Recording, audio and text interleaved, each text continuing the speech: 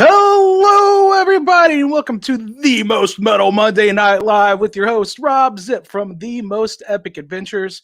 I do these every Monday night at 7 Central, 8 o'clock Eastern. I always have my Liquid Death. Save 10% if you go to liquiddeath.com and use the code MOSTEPICSHOW. Today I've got this sparkling water. Hopefully it doesn't make me too burpy. And got some guests from the Great White North. Oh, welcome in Phantom High. Welcome, guys. Hey. Oh, God. What the hell is that? What was that? That might be Canadian. Might be Canadian. Alex is excited for this, and a Facebook user says, "Sup." Facebook user, you have to give your permission, or else it just says Facebook user. Fight for the users. I fight for the users. You fight for the users. So welcome to the show, guys. So, okay, I gotta say, I get email blasts from John Asher every day, pretty much. And when your email came across, I was like, who are these guys with the masks and the makeup up to the necks and everything? And so Facebook user, it was me. Sorry, LOL. Okay. Permission. Yeah. Okay. Anyway, so I went and I looked on YouTube and I saw a couple of your videos that you made from a live performance. I was like, oh, this is cool. And then I saw like a whole documentary that was like a whole show mixed in with like a radio interview. Yeah. And I was like, I emailed John right away and I was like, dude, I got to have these guys on the show. These guys seem really cool. So awesome. And here we are. Well, thanks for having us. It was awesome. Yeah, you're very welcome. And so like, I don't like to have one particular genre of metal. Metal has a wide variety of genres and subgenres. So, you guys kind of are a little bit different. You kind of sound a little new metalish, not in an insulting manner. Yeah, no, for sure. Yeah, it's a huge influence for sure. Okay. Korn, Deftones are like two of the biggest, and just they are the influences for sure. Yeah, I don't know if I like any actual new metal other than those guys, but yeah, I mean, they define the sound, so. Yeah, there's a single here and there that I dig, but. Sure. And like, personally, Deftones put me to sleep, but but Korn, but you guys do have like the Korn feel, but you don't have like the fieldy, like the weird bass sound he has. Not that it's a bad sound. He has a unique sound. Yeah. And your vocals are definitely not Jonathan Davis vocals. But I played some music last week and I got not a copyright strike, but a copyright notice. So, and a few weeks back, I had a band on a bigger label. I played some of their music, and I almost had my channel taken down completely. Oh. So because of that, nothing. I want to make it clear that it's nothing against you guys, but I'm not playing any more music on this show again. We're on sign, so it's all good. You have our full permission. Yeah, you know what? The guy I had on last week said the same thing. Oh, So, wow. It's up to the algorithms. It's not to do with you. Right. So, but you guys have your music you're on Spotify. You have great music videos on YouTube. The picture that I'm using that you sent me is from your latest music video you guys came out with last month, I think, right? Yes. and it's a great video. It's a great video. Oh, thanks. So, and for you guys to be an independent band and to put out, you know, like the video and that documentary that's like a 45-minute, basically look into the lives of your band, is unbelievable. Yeah, it's pretty cool. You know, when you're at, I guess the way things are right now, if you don't find a team, if you don't have people around you, you know, you have friends and stuff, and that little mini doc was done by Hyro, the synth player, because he's into like video and product placement and stuff like that, and he's kind of just been hanging with us since we started. We did our first show in November of 2018, and he's been at nearly every show, and so that was just like a compilation of us hanging essentially. So and it was fun. It was really fun. Yeah, he'd always bring his camera on every show, every road trip we did, everything, and just shot the footage. And then one day he's like, "Hey guys, check out what I did," and then made this like kind of cool little documentary thing. And that was, you know, we were like, "Oh wow, this is great, thanks, man." Yeah, we had no idea it was coming. No, it totally took us by surprise. Well, did he post it? Did he post it without telling you, or did he ask your permission? Or oh no, he always asks first, and he'll work with Peril on a bunch of stuff before it even goes up, right? So to make sure everything's synced properly. And what I wanted to, so I looked for I'm on YouTube and I'm looking for. Let me see. What did he call it? Did he give it a name? I think it was called Into the Shadows or something. Or? Yeah, that was it. Because that's the name of our first EP. Here we go. Here, so I can do this. I can do a share screen with what I can see on YouTube right here. And so here's your video for Dive, or Black Divine, excuse me. So you can see you dancing right there, Peril. And then here's the documentary I was talking about. So and I think he even said that I could be wrong, but I remember him saying he wanted to do a second one, right, Peril? So the first one was kind of, he explained it to me like he wanted to document kind of how we started right from the beginning, because all that footage there is from our first 6 shows that we've ever played ever as a band. And so he wanted to document that, and then he wants to do like another one showing kind of where we are in our journey to, you know, being this band and stuff like that. So I thought that was a really cool concept. Yeah, we're just waiting for Will Smith to find the cure for the zombies before we can next stage. Yeah. I'm sorry, my cat Demi, she likes to make an appearance once or twice through these, so she's kind of. That's excellent. Yeah, here we go. So tell us about your band. So you guys are in Toronto. You said you started in November of 2018. That's actually pretty much when I started this whole idea for this heavy metal travel show. So we're on the same, you know, we started our paths at the same time. I think that's really awesome. That is awesome. So what when you get okay.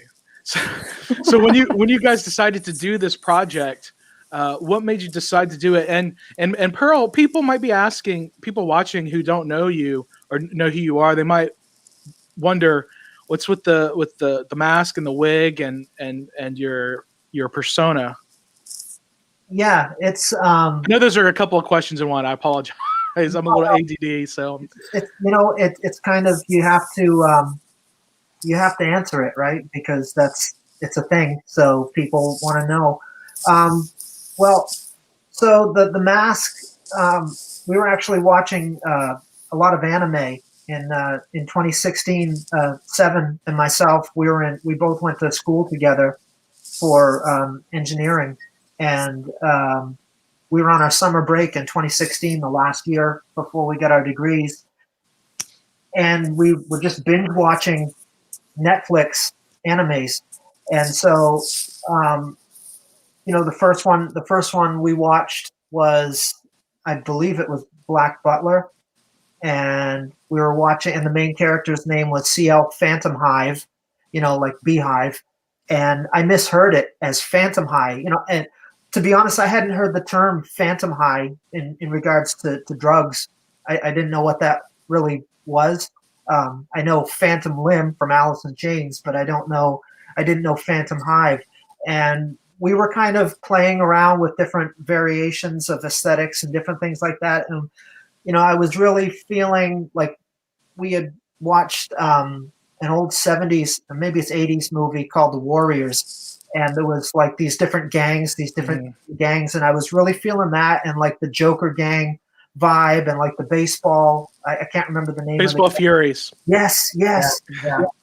And I was like, man, that's so cool. Like a retro 80s horror culty type of vibe. And so when I misheard Phantom Hive as Phantom High, I was like, holy shit, that's like the coolest name ever. And I've got like archives of different band names that we were going through, and we were just waiting for something to click.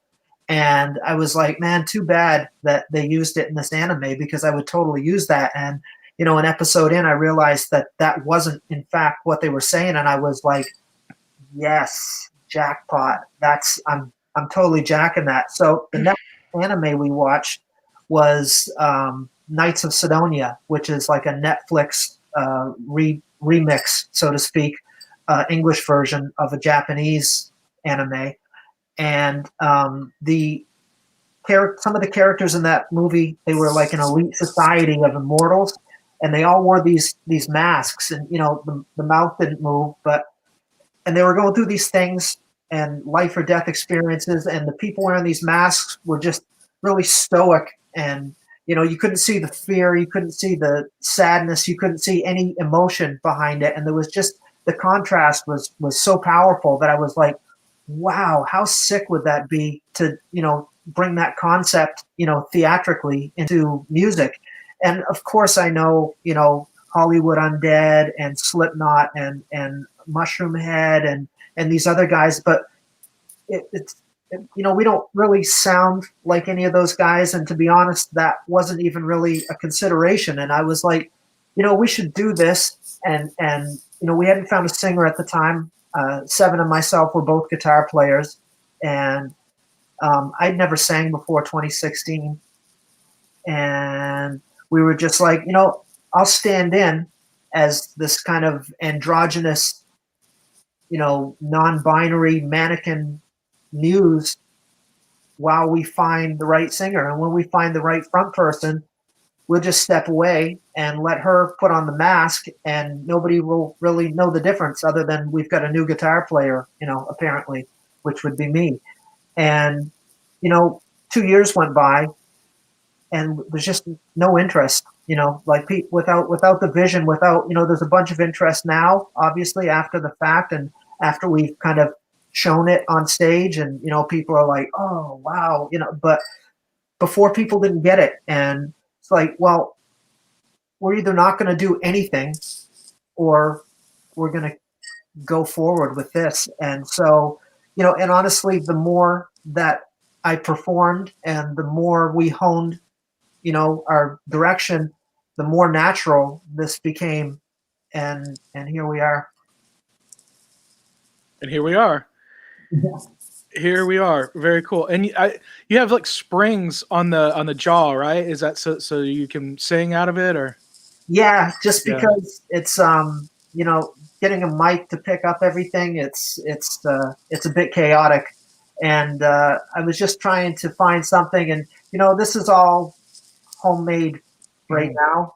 Eventually there'll be an evolution. I'm looking to do something like maybe a full flesh prosthetic face or something, kind of really Silence of the Lambsy. Just an unsuspecting fan just carved their face off during a show, and people think it's part of the show. Yeah, like take Charlize Theron's face or something and just be like performing with it. Yeah, sure. I had a mask like yours when I started. Playing drums with a mask on like that was so boiling hot. Like I don't know how Joey or Jay and Slipknot did it with that mask that they had, but like even trying to like sneak a sip of beer in between songs was like near impossible because you need curly straws. make sure no one sees. Take a drink, so now, like going forward, I'm not gonna use a mask. But no mask for you. No, it's too hard, and it's just I find it takes away from Carol because she's got the mask. She's the figurehead. Like I don't need one. We just, everything it just seemed a bit derivative, and we're new. We're still figuring stuff out. Sure, we're trying to figure out what we are, and to be honest, we didn't know what the hell we were doing when we started this. We're like, hey, this seems cool. Let's just do this, and I'll try it. I'll try it there. As we pinpoint, we get more of a direction going, and we're like, okay, you know what? It's every time somebody sees a band with masks, myself included, I'm just like, oh, yeah, there's that.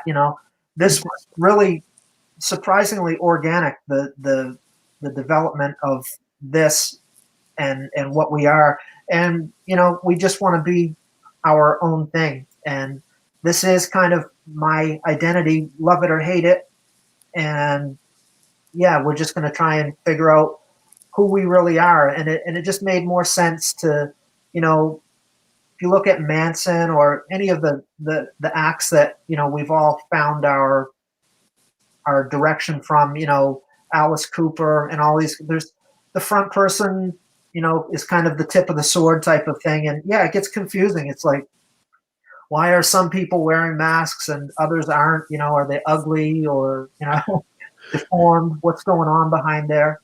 Because my beard is too gray, so I need the mask to hide all the grays coming out. Yeah. They're still going to force me to wear the neck paint, though. I can't get away from the neck paint. The neck paint. You all. Everybody wears the neck paint, huh?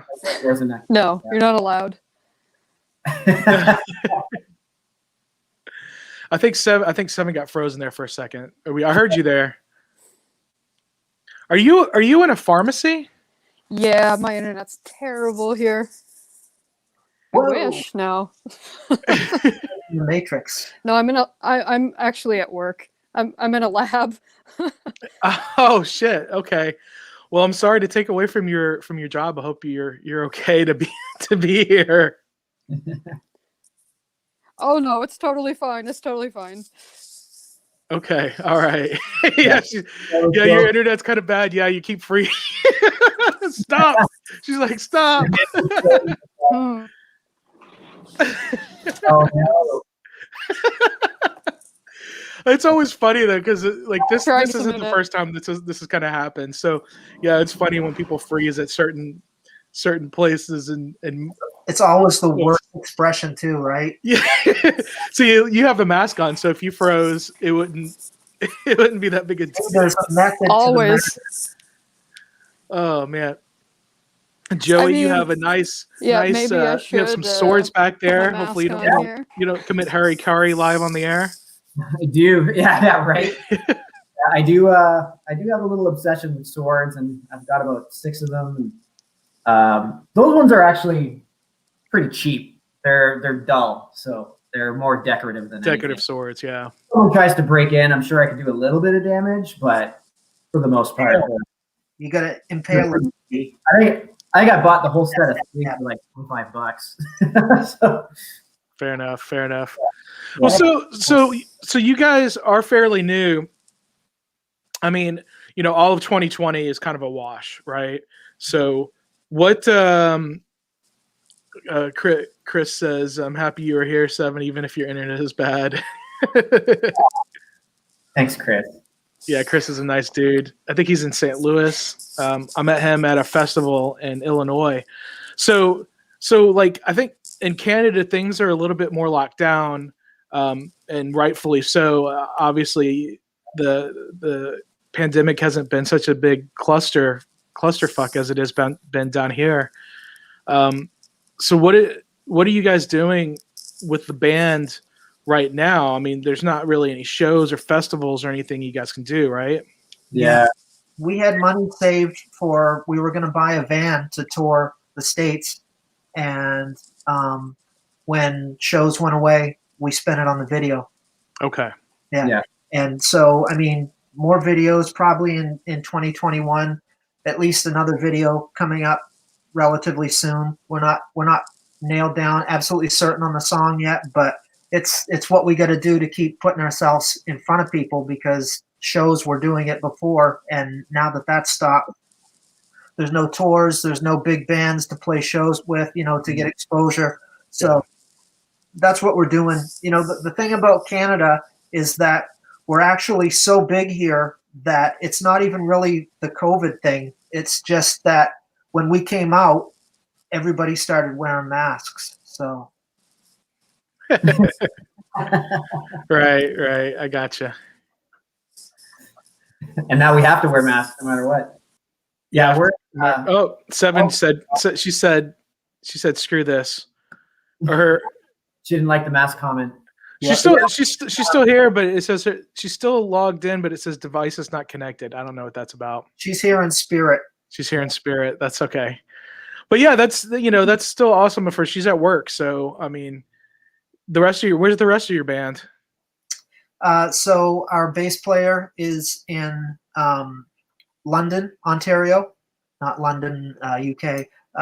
She's going to music school for production, etc. And so that's where she's an hour and a half, almost 2 hours away, and doing her school thing. However they're doing that, I think it's you travel 2 hours to go to college and get a dorm room and end up staying in the dorm room and doing all of your classes on the internet on a screen. Like you may as well have done it at home, right? But, Sure. Yeah, but so that's where she is, and Hyro is still, he's kind of like a honorary member, but he's pursuing his own thing. He's doing video stuff and photography and different stuff like that. So we're picking up another guitarist, a second guitarist to fill in, because we're really a 2-guitar band, and so when we play live, a lot of our stuff is missing because Seven can only do so much. And we're picking up another. Hey, I think she found a better place. I don't know whose desk I'm at, but hey, better than that. You should put the bags of cocaine behind you away. Yeah, I was just. I did say it was a lab. Yes. Oh, it's funny. But I have a friend. I have a friend who works in a lab in New Orleans, and she tests blood at the hospital system there all day. Oh wow! So very essential worker. I just do electronic devices. I'm not that essential, so. Hey, but no, actually, you are. Think about it. I mean, Peril was just talking about your bass player going to school and having to use the internet. So like, everybody's using electronic devices a lot more than ever. Even though it's 2021, it's still nobody expected to be using computers and stuff this much from home and whatnot. So yeah, who would have thought in 2017 or 2018? Who would have been like, yeah, next year? Yeah. That's how we got so busy at my day job. It's because I work in IT, doing e-commerce stuff, and with everyone with COVID and everyone putting their stores online and stuff like that, we've been so busy. It's been insane. Yeah, I bet. But yeah, we're on pretty strict lockdown here in Toronto right now. We've got a stay-at-home order in place. As a band, it's been challenging because we're technically not even allowed to get together to rehearse. Okay. We have a rehearsal space, on the other side of the city, and so that's been challenging. So even earlier today, Peril and I were talking about, other things we could do while we're in this lockdown, right? And talking about video, talking about doing some new merch, practicing on our own. I mean, I can only do practice pad work here in my little apartment, but I don't have my drums here, which would drive my neighbors insane. But get an electronic drum set with the headphones. Yeah. It's. I have just a little mini kind of practice pads, like 4 pads, and I can hook up my double bass pedal to it. Okay. And, I do that every night, which is it's kind of monotonous just hearing like tap tap tap tap tap tap. You know, there's not much musicality to it, but I mean, we all got to do it right now, right? So Sure. the only way we're gonna break out of this is if we stay home, do our part. That's all you can do, really. Are they giving the vaccines to anybody up there? Yeah. Yeah, it's a slower rollout up here, so essential workers. I don't think it's slower than down here. It's chaos everywhere, I think. Yeah. It's I think they're doing like a tiered release here, right? Sure. So like essential workers get it first. I think it's low income and indigenous people are getting it second, and elderly as well, I think, are grouped into that. And then basically everyone else. So I think most of us are going to be getting it in the summer by the looks of it. I don't know. Fingers crossed. That'd be great. Yeah. Like a couple of my friends that are nurses, they've already gotten it. Yeah. But, Same here. Yeah, I have friends in the medical field that have gotten it, but I have no idea when I'll be able to get it myself. And, there's Wacken Open Air in Germany. It's supposed to happen at the end of July.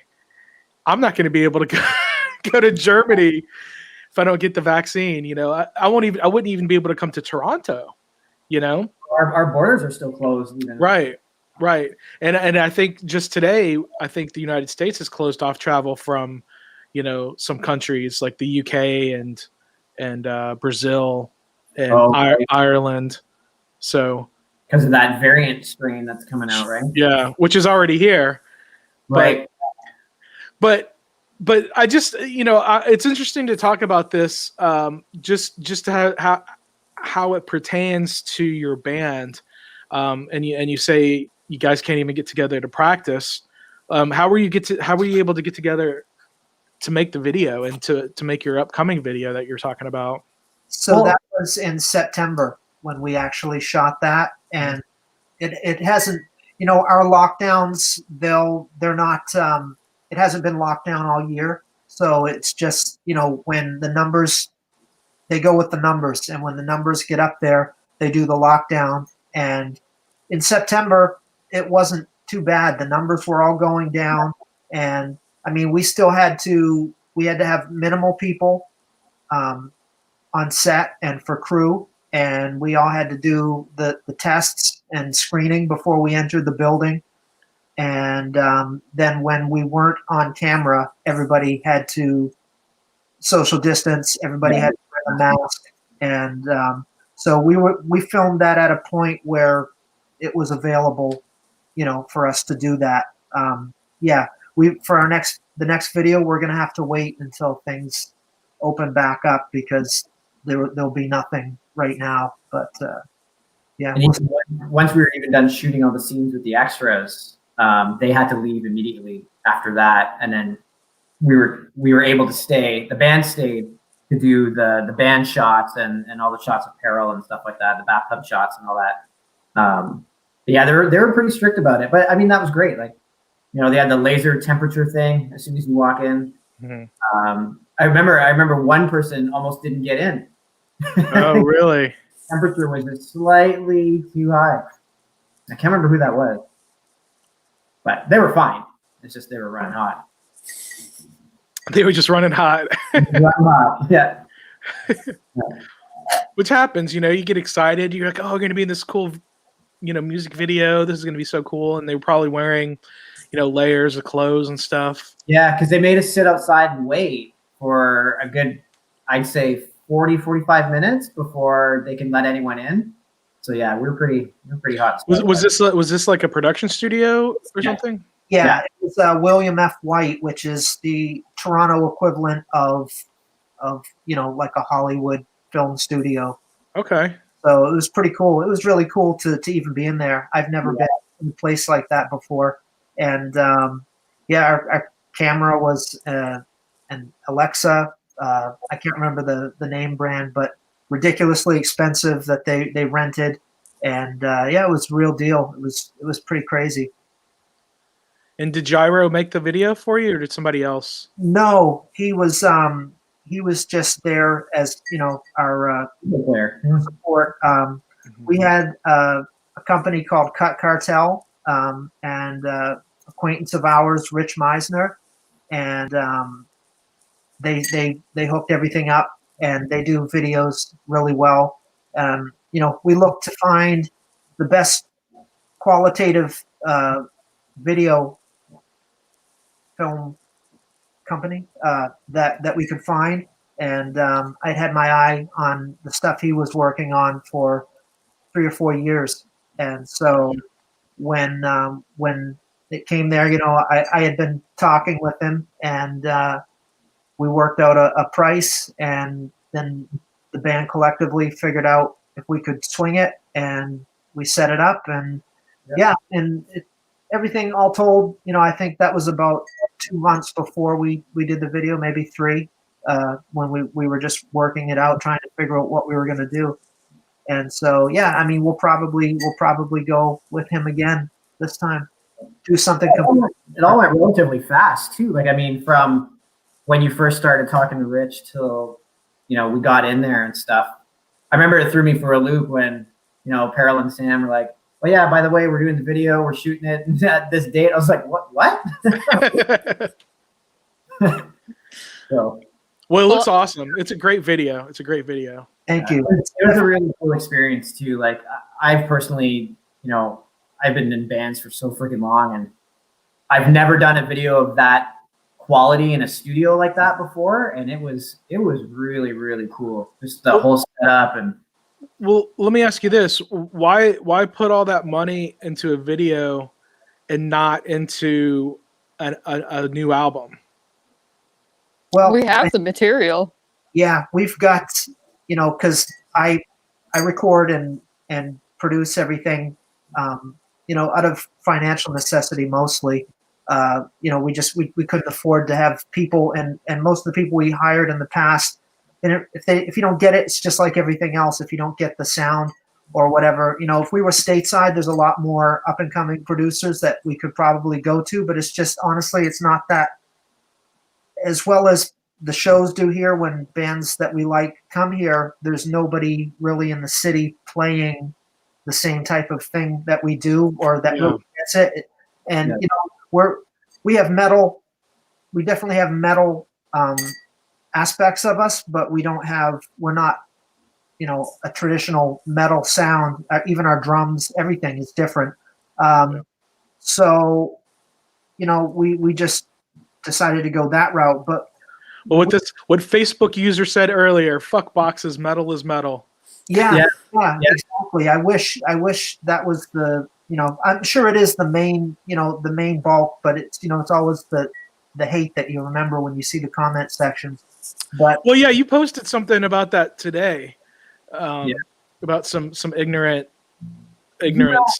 So I was on a thread on a metal group, and I won't mention it, but there was a trans person on there that asked, if anybody had any recommendations for, ones that had, and it was just brutal. It was just brutal to see, and I'm surprised. I'm surprised the person who runs that group let that happen, because I know exactly the post you're talking about. Because I commented on it that I was interviewing you guys. On that post, and I didn't look at all the comments on there. No, I didn't either. I just saw a few, and there's a lot of support on there as well. I'll say that. But as I said, it's just you tend to remember and you think of all of the people that read it, and there's a lot of silence, a lot of the time, and then the post right below it was just an Archer mem with one of the episodes where he was dressed undercover as a really flamboyant gay person, and just comments on that. When I was younger, we used to beat the shit out of people. Like, it's like, oh wow, really? You must be pretty tough. Like, effeminate people and people that don't like the same type of music you like. But it's a different generation too. Yeah, and I find even to touch on that, you know, and we've discussed this until we're blue in the face, but even in this band, I mean, that's a challenge we have because, you know, not only do we have, you know, a gender fluid singer, we even our sound, like you said, new metal. As soon as you say new metal, you know, metalheads are just like, they cringe. They're like, oh my god, like that Oh, sucks. it's such a dirty word. And even when we first released the video, right, like on was it on Metal Insider?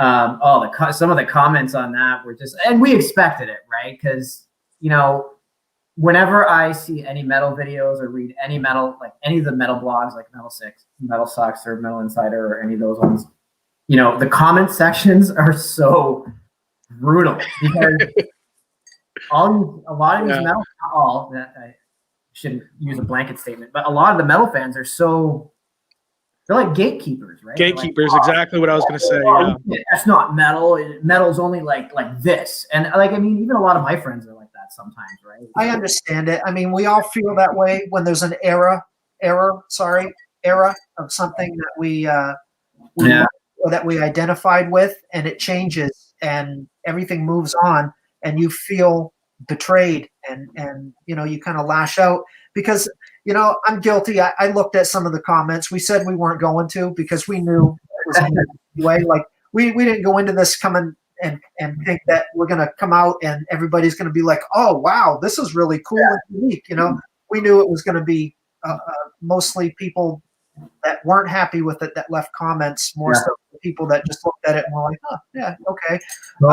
Wearing masks. Oh my god, new metal. Yeah, but you know, I looked at a few and just to see what they were into because I'm curious about the psychology of it and just who it is that, you know. And I saw some of them were like, you know, gore fans, and I'm like, gore, dude, like you're this mad at me? Like a gore fan, like holy 30 years ago, bruh. Like, but you know, it is what it is. It's you just everybody's, you know, and some of those people, they've got their own problems and maybe they're miserable and maybe this made them feel better leaving that. I don't know, but it is what it is. And, you know, nobody's going to like everything, and bands that have that type of appeal aren't that interesting. You know, you really got to pick your side, pick your corner, you know, whatever, and stand in it. And the people that like it will really like it, and the people that hate it will really hate it, you know. And if it's in between, it's probably not that interesting, you know. So we just decided to commit and go for it. That said, you know, Black Divine, in retrospect, maybe wasn't we had a really strong message behind Black Divine, and that's why we opted to go with that for our first video. But because of locations getting taken away and things like that, we didn't really get to articulate that in the video. And so what we got instead was just a really cool video with lots of cool visual stuff, you know. But had I have really thought about it, we might have went with a different song, you know, for that, because there's, you know, I used some auto-tune pitch correction stuff in the verses because I wanted to be really flamboyant and almost ironically pop, you know, for the contrast. And I think, you know, if you had a foundation to look at that from that perspective, you might get it. But it being the first video we released, maybe you just think that we're like that all the time. And, you know, so I get it. Like, oh, wow, yeah, these guys, you know, that's whatever. But, yeah, hindsight 2020. Right, literally. But at the end of the day, we're playing music that we love. So, I mean, I have tons of fun playing this kind of stuff, especially on the drums. It's so fun. We've been down that rabbit hole before, too, in our own different bands collectively. And, you know, myself, I was just, you know, we were trying to do more progressive stuff. You know, we can all play it, but it doesn't, I don't get the catharsis. I don't get the enjoyment out of it. And we wanted to do something really theatrical, very melodic, you know, almost like a pop structure. I always said that, you know, we wanted, when we were deciding the sound for the band, I always really liked the 2000s era where heavy bands were covering pop songs, and Yeah, I sure. was like, wow, that is so cool. I wish they would just do more like that. And Yeah. so, Like Alien Ant Farm doing the Smooth Criminal. dude, yeah, so good. Yeah. Well, maybe not that one, but yeah. Dude, no, man, I love it. I love it. It is I'm a not good, gonna lie. It is a good team. I think I listened to it too much back then, and But yeah, so we just decided that we were going to write pop songs of our own and destroy them, the way that those bands blew out those pop songs. And that's kind of where we tried to take our sound from. So that's why there's a heavy element of pop and, like Max Martin-esque pop song writing in our stuff, because, we do like that, but we're just writing stuff we're writing what we like. And so that's kind of where it came from. And Seven, I got to ask you, since I know Peril, you say you play guitar, but Seven is the only guitarist right now. What are some of your guitar influences that you bring to this band? I mean, when I first met Peril, she came down to my bedroom in my parents' basement, basically. And I mean, my walls were just covered of Korn, Slipknot, like that type of stuff. And yeah, man, I still remember the guitars I had on my the pictures of guitars I had on my wall. So it's just, yeah, it's Korn, basically. I mean, I really like Bring Me the Horizon now, and Cane Hill. They're killing it on guitar. I don't know. I take a little bit of everything and just kind of listen to it for months on end, and then stop listening, and that's when I'll start to come up with some stuff. So I don't really know where it comes from necessarily, but it just all kind of mushes together and comes out. You listen to a lot of Incubus too. Incubus. Yes. Yep. A lot of Incubus. A little Faith No More. Go back a little bit further. Yeah. oh, Absolutely. I love Faith No More. Same. Yeah. I like another band, Fire from the Gods. I think they're from Texas. They're from Texas, yeah. I don't know them. Yeah, they're pretty cool. They've got they're singing in the UK, and kind of he's got like a Jamaican British Rasta vibe to him. So it's pretty unique, but he's got crazy vocals. So yeah, it's pretty sick. I think their single was called "Excuse Me" when I got into them. But yeah, they're from somewhere in Houston. Yeah. Really? They're from Houston? I think so. I'm from Houston. So. I'm in Houston, so I have to look this band up. Who are they? What are they called again? Fire from the Gods. What? Say it again. Wait, you get Fire from the Gods. Fire from the Gods. Why don't I know these guys? I should know these guys. I mean, I hope they're from Houston. I know they're from Texas. I know that for sure. But I think I remember overhearing one of them. No. Okay. Fire from the Gods is American. Here, I'll show. Here we go. I'll show their Wikipedia here. Fire from the Gods is an American rap metal band formed in Austin, Texas during the late 2000s. Awesome. The band is signed to 11-7 Music and consists of vocalist AJ Channer, guitarist Drew Walker, and Jameson Teat, bassist Bonner Baker, and drummer Richard Weisender. So yeah, they've been around since 2007. They're still around. I just discovered them hanging out with Peril, I think. Well, we saw them. They came to the Opera House when? 2017, 18, around then? They were playing with Cane Hill, and I think the headliner was Of Mice and Men. It's a killer show. Okay. Very cool. It says rap metal? Is that what it says? Well, it says rap metal, hard rock, alternative rock, metalcore on their genres. They've got a couple songs that have like a rappy type of thing happening, but they're mostly just, I would say alt metal. Yeah, I don't think I'd call them rap metal, but It probably Wikipedia probably says that for Faith No More too, that they're a rap metal band. probably. Yeah. So that's why I love Faith No More. Mike yeah. Patton, my all-time hero. I love Mike Patton. Oh, I thought you were going to say Mike Borden. You're the drummer. Oh, absolutely. I mean, I love him, but Patton for some reason He defies instructions wrong. My first ever tattoo was the Faith No More 8-pointed diamond. Oh, awesome.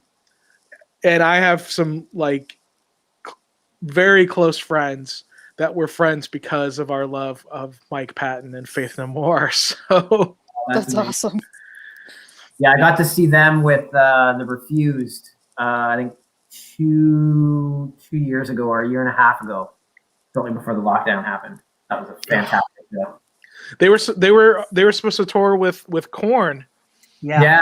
It was Korn and System of a Down, and Faith No More, which I thought was kind of a strange bill, but yeah, Faith No More I can see, because I feel like Korn got a lot from Faith No More.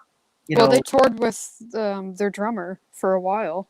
Yeah, Mike Borden toured when Korn's original drummer left. Mike Borden filled in, and I actually saw him play with Korn.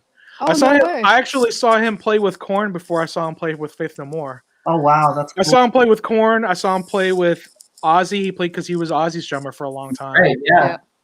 So I saw Mike Borden. Because I didn't see Faith No More until they toured in 2015 for their when they got back together. Yeah. For that new album. I said the new album that was almost 6 years ago now. Yeah. We were going to be hanging out with those guys when they did the Toronto date with Faith No More and Korn. One of my best friends, friend of the band too, his name is Abel Vallejo, and he's, for I don't know, 10 years or so, he's been Ray Luzier tech, and also Korn's backup drummer. I think Abel actually played with Korn in Arizona at the Pot of Gold Festival. Ray's wife went into labor and he left, and they woke Abel up on the bus and they're like, dude, Ray's gone. There's a cool documentary on it if you look it up about the whole thing. But anyway, Abel isn't doing tech stuff for Ray at the moment. He was doing Seven Dust and then Limp Bizkit, and then now he's working with Faith No More. So he was going to be coming to town, and we were going to be hanging out with those guys as we do when Korn comes to town every time, and got canceled. Oh. Yeah. And they said they were going to redo it this year or something. Some of the shows said that they're going to happen this year. I hope so, but I don't know, man. I don't see it. I don't see it opening up like they thought it was going to. I know in Europe it's opening up a lot, but in Canada and in the US, I don't know. I think it's 2022. I don't know. The numbers got to come down a lot more, but yeah, it's really sad too, because you walk around the city and like every club, everything is shut down or going out of business because they can't keep the rent up while everything's closed. And and I know for us, like most of our friends work in the music industry, like either as sound techs or stagehands, or sure, they're all out of work. Like it's crazy right now. Yeah, there's nothing open since when, March? We played the last weekend that everything was open. Yeah. Yeah. No clubs, nothing since then. Yeah, and when we did our live stream, so we did do a live stream. We were lucky that the rehearsal place that we used let us rent one of the bigger rooms, because our room is a little smaller, but let us rent one of the bigger rooms to do it, which I think the hourly rooms at the time they weren't even allowed to do that, and the guy let us do it, which was the only way we could have done a live stream. So they were when we booked it, and then the weekend that the show was scheduled to take place, everything they started dropping the hammer on everything, but we kind of squeezed in under the radar. We also did, I think, the last big major club show in Toronto of 2020. They closed everything down the day after. Yeah. We did a show on a Saturday night with Sulphur from the UK, and a Primitive Evolution from here in Toronto. And then, that Monday, they just, everything chopped up, done. That was it. Yeah. Well, I mean, it's tough, but I think, like I said, I think you guys have a better handle on it than we do down here. I mean, there are venues down here that are booking shows like there's nothing going on. Yeah, I know. I've heard some friends in Florida talking about it as well. Yeah. Well, yeah, Florida. Well, shit. I mean, I'm going to Disney World in 2 weeks. So February 8th, there won't be a show because I'm going to be on my way to Disney World. Sweet. But I went in October, and I felt pretty safe. The worst part about it was the flight, Right. But there's still plenty of people that are not going anywhere or doing anything, and that's probably the best. But like California, everything's shut down. Yeah. But it's all about. Sadly, unfortunately, it's about politics here. Same. It is everywhere. It's all of this mess with the election and all of this chaos. Everything has been, like as I mentioned in that post, like even gender, it's just every single, the style of music you listen to, like it's just everything has become so disgustingly politicized and polarized and divisive. It's just crazy.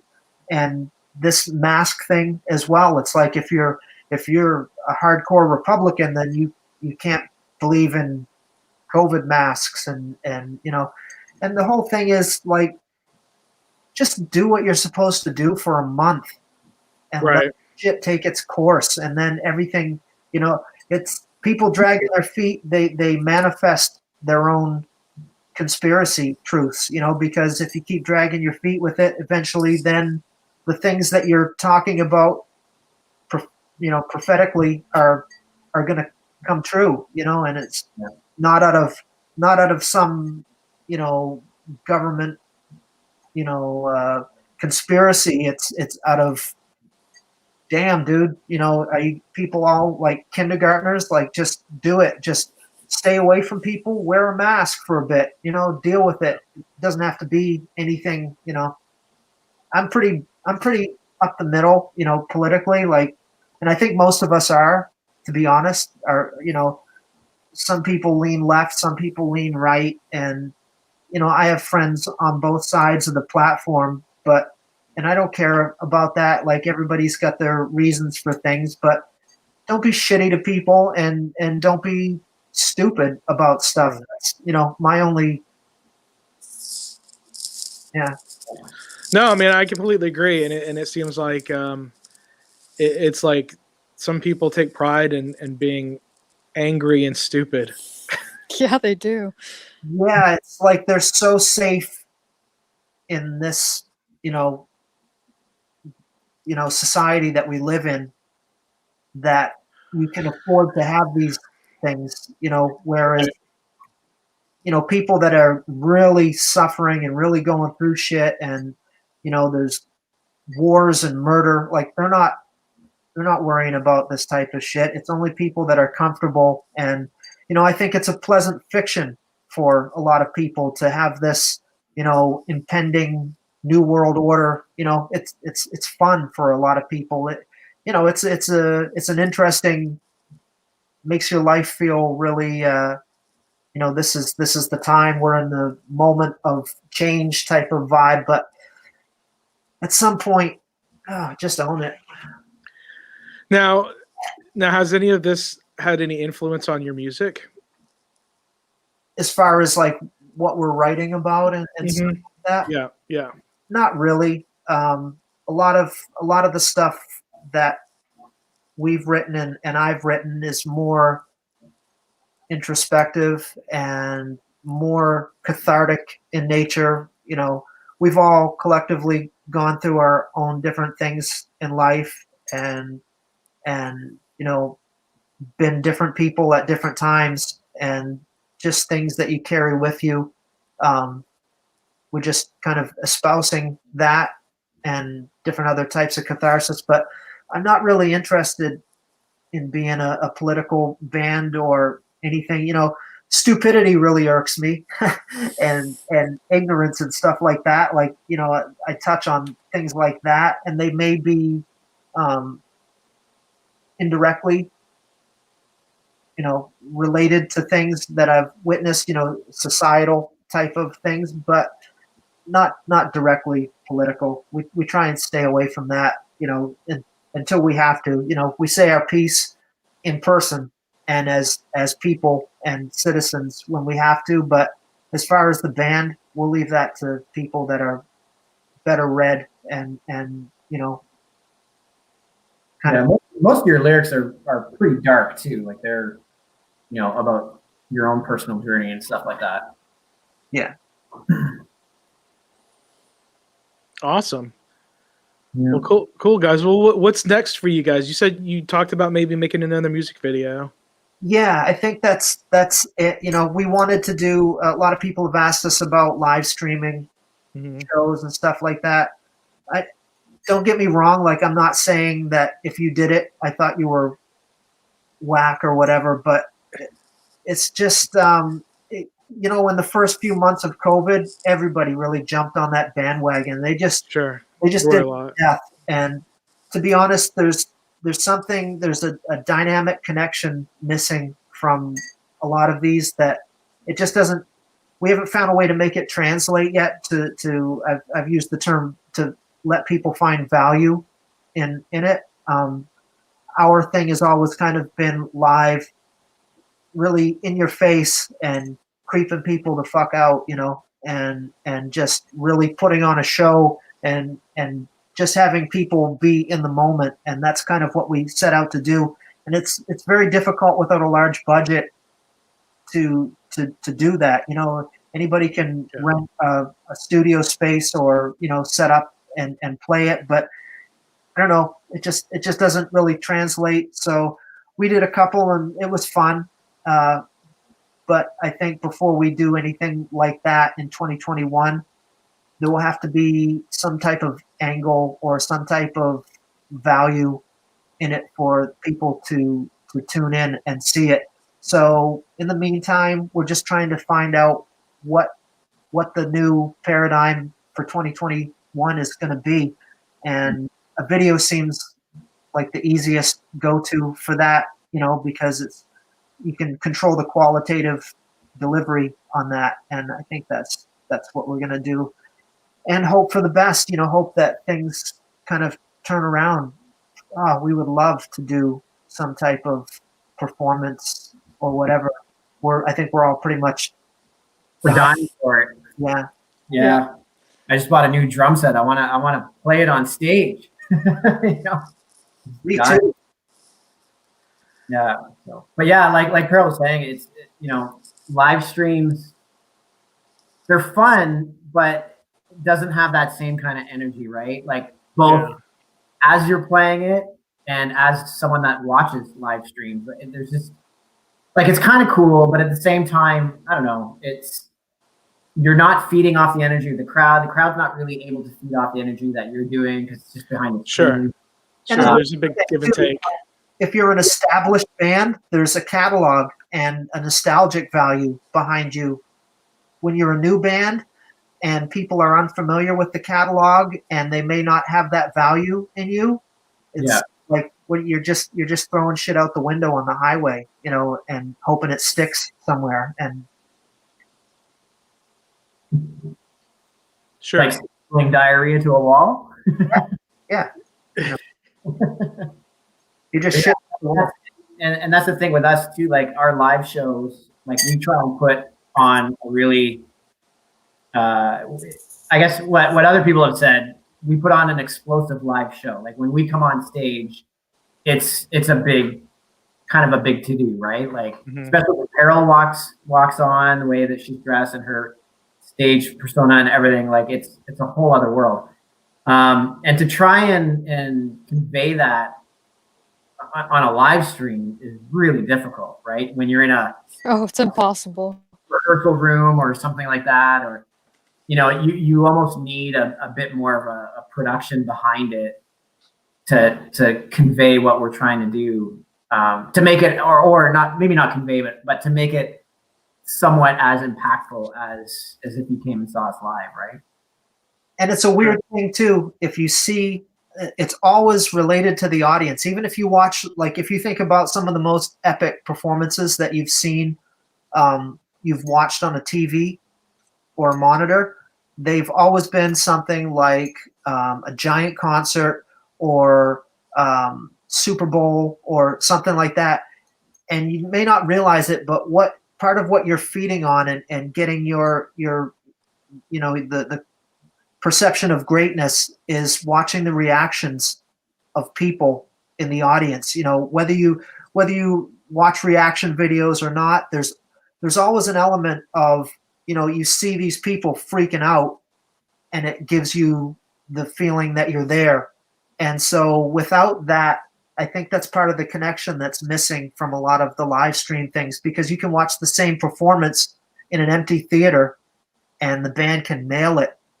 Mm-hmm. And it's just like, yeah, that was cool. It was good to see them, but I'm going to cook supper now. Yeah. Or you cook supper while you're watching the stream. Yeah. That's what I did. I mean, you got to live your life. I mean, it is different, and everyone's got to figure out what works for them. So I hope you guys figure out what's going to work best for you guys soon. I could see you guys doing a show at like an abandoned like haunted house or something creepy like that.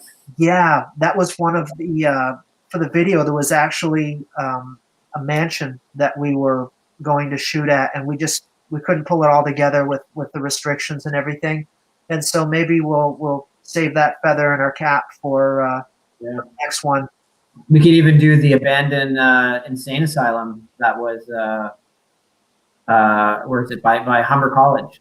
There's like an abandoned. I mean, shit, I'd be living in it. Yeah, true. Nice. Well, I look forward to seeing what you guys have coming up. It's been a pleasure to have you guys on, and I appreciate you guys, being my internet friends too. So, thanks, man. And I gotta say, I love your backdrop that you have going on there. I always change it, man. I change it. I try to make it somewhat. I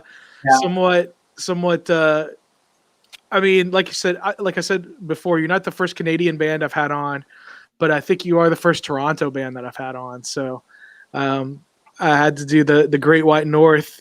Go, go, go, go, go, go, go, go. That was me doing that earlier, and you're like, "What the hell was that noise?" Oh, I didn't hear you. I couldn't hear you. I must have cut out. Exactly what we did in the beginning. Yeah. Glock wants you totally to live did. stream. Okay. I couldn't tell what it was. It's okay. Other bands. I just wanted to fight all of a sudden. I don't know why. I mean, I am wearing my shoes. I mean, we just need you got your lumberjack sweaters, and I need we need our little stubbies of beer too. There's a few other Toronto bands here that metal. If you're looking for metal bands, there's a band called Astaroth Incarnate, and there's a band called Burning the Day, and another band called Conversations. You might want to check those guys out. They're pretty sick. And hard rock stuff like Primitive Evolution, and we have some friends that do electronic kind of industrial vibe, I Steel. So there's a lot of really cool stuff happening here. I really hope one day I can come back. I've been to Toronto once. That was in 2006. I was with my girlfriend at the time, and this was towards the very end of our relationship. I went to the Hockey Hall of Fame, and she does not like sports at all. So, the Hockey Hall of Fame is in a mall. So I was like, well, I'm in Canada. I'm in Toronto. I have to go to the Hockey Hall of Fame. I was like, it's attached to a mall. Just like walk around the mall. And she was like, no, I'll wait in the car. And I'm like, so I felt like I was like, well, I'm still going to go. but I felt like I had to hurry because I didn't want to make her wait in the car and look at shit. Yeah, Like the Eric Cartman in the Casa de, I can't remember that episode. Casa Bonita. Casa Bonita. That's a real place. That's a real place, by the way. Oh, buffet! Yeah, I know. I want to go. Yeah. You had to do that. You had to do the Cartman tour. And then I went to a Blue Jays Yankees game, and she stayed in the hotel room watching Canada's Next Top Model. Wow, That was a thing. And so you know, when you go to, my only experience there was with someone who made it not fun. So when I come back, I would love to hang out with you guys and see what Toronto's really about. Oh, dude, we'll show you a good time. We have an extra room. We have a magnificent sofa. Like, you can place it trash. Let us know. Yeah. Okay. All right. Cool.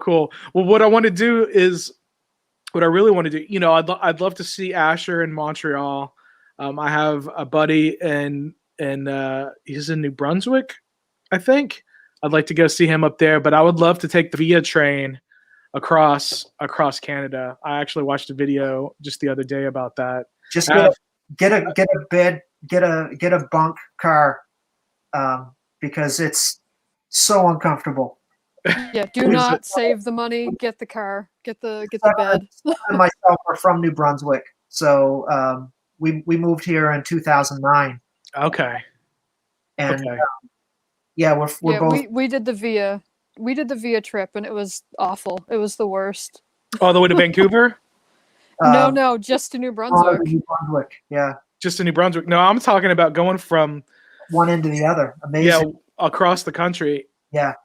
Because I have friends in the other band, Effigy of Hate. I interviewed. They're in Picton, BC. Okay. So I'd want to stop and see them. I don't even know if it stops there, but I'd like to see them. But then I hear Vancouver is lovely. I'm sure there's some great bands there as well.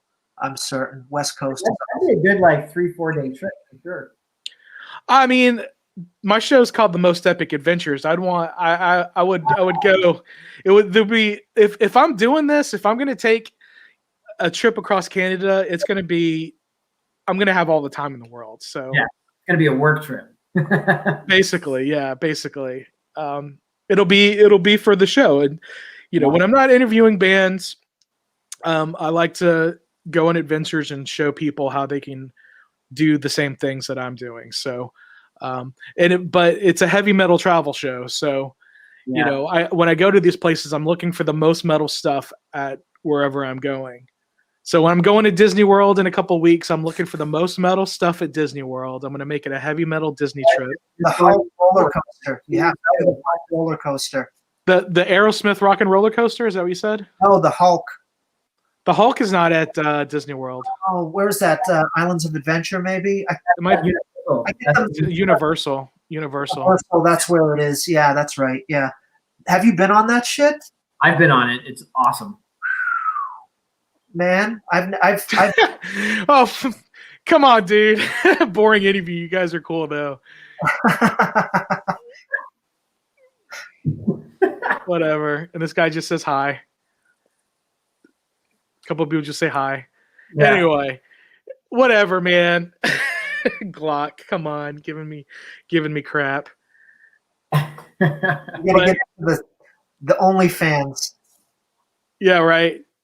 Yeah, I need. Yeah. Tell them to subscribe to my OnlyFans. Awesome, but yeah, when I come up there, I'll definitely let you guys know. Obviously, the world has to be. You guys have to be open to welcoming Americans to travel in your country again. For one, I'm actually American, so. Are you really? Yeah, both of my parents are Canadian, but I was born in the States, so I've lived half my life in Florida and the other half various places up here. Awesome, man. John Saperstein, thank you, John. Interview is not boring. Awesome. Well, I do usually end it about an hour, and we've gone a little bit over that. So I'm going to go ahead and let you guys continue with your evening. I really appreciate you guys being on. I look forward to everything you have coming up. I enjoy what you guys are doing. It's different than most of the other stuff that's out right now. So that's why I was interested in you guys. You know, John sends me these emails, and a lot of the stuff, honestly, kind of is not something I find interesting. But when I do see something that I'm interested in, you know, I'm like, all right, John, these guys are the ones that I want to talk to. So I've had you on. I've had Brian Kingsland from Nile, and this dude Connor. He does like Star Wars music. Oh, sweet. So yeah, no, not quite like that. It's just like a Star Wars metal band. Oh, as I drink from my Grogu cup. Yeah. Aha! Your Christmas present. It was my, yeah. Nice. But again, Phantom High, you guys are awesome. I look forward to hearing your new stuff and seeing your new video when you guys have it out. And we'll stay in touch. Yeah. Thanks for having us on. Absolutely. It was awesome. Absolutely. You know, yeah, we're connected on the Facebook, so you know, I'm sure you know, we'll keep in touch that way. You know, I'll let you know when I come up that way. Well, good. Cool. Awesome. Thanks for having us up. All right, guys, I'm gonna let you all go, and I have a couple of little announcements to tell the rest of the viewers. Awesome. Right. Thanks, guys. Love y'all.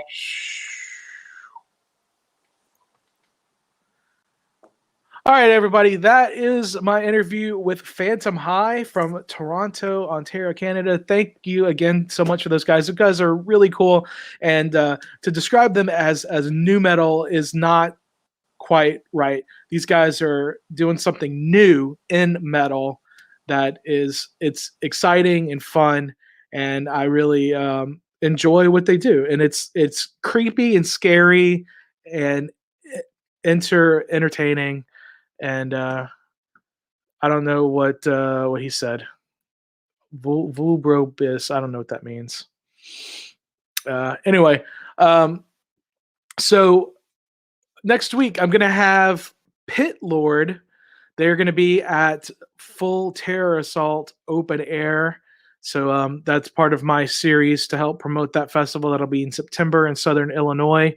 So I'll have Pit Lord next week. And in 2 weeks, I'm not going to do a show. I'm going to be gone on my way to Disney World, the Magic Kingdom, the happiest place on earth.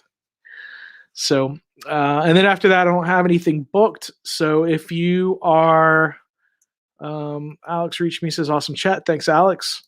So if you want to be on the show, yeah, Glock says, see you at FTA. All right, awesome, dude. If you are in a band and you want to be on the show, I do these pretty much every Monday night. And if not, I will let you know ahead of time if I'm not going to be able to do a show. But after next week, I'm free. A couple bands I've been talking to, I'll have to reach out to them again. I'm going to Six Flags over Texas on Sunday with my mom. It's their Fire and Ice Festival, and they're celebrating their 60th anniversary. So I'm going to go there Sunday. So that'll probably be up. I'll have the video up probably Monday or Tuesday next week. Anyway. All right. So, gosh. Anyway. Yeah. After that, I'm going to Disney World. So I'm going to have some Disney World footage from you. I'm going to bring you some, try to find the most metal stuff at these theme parks. So until then, I will talk to you later. Drink water, listen to metal, enjoy nature, and have the most epic adventures.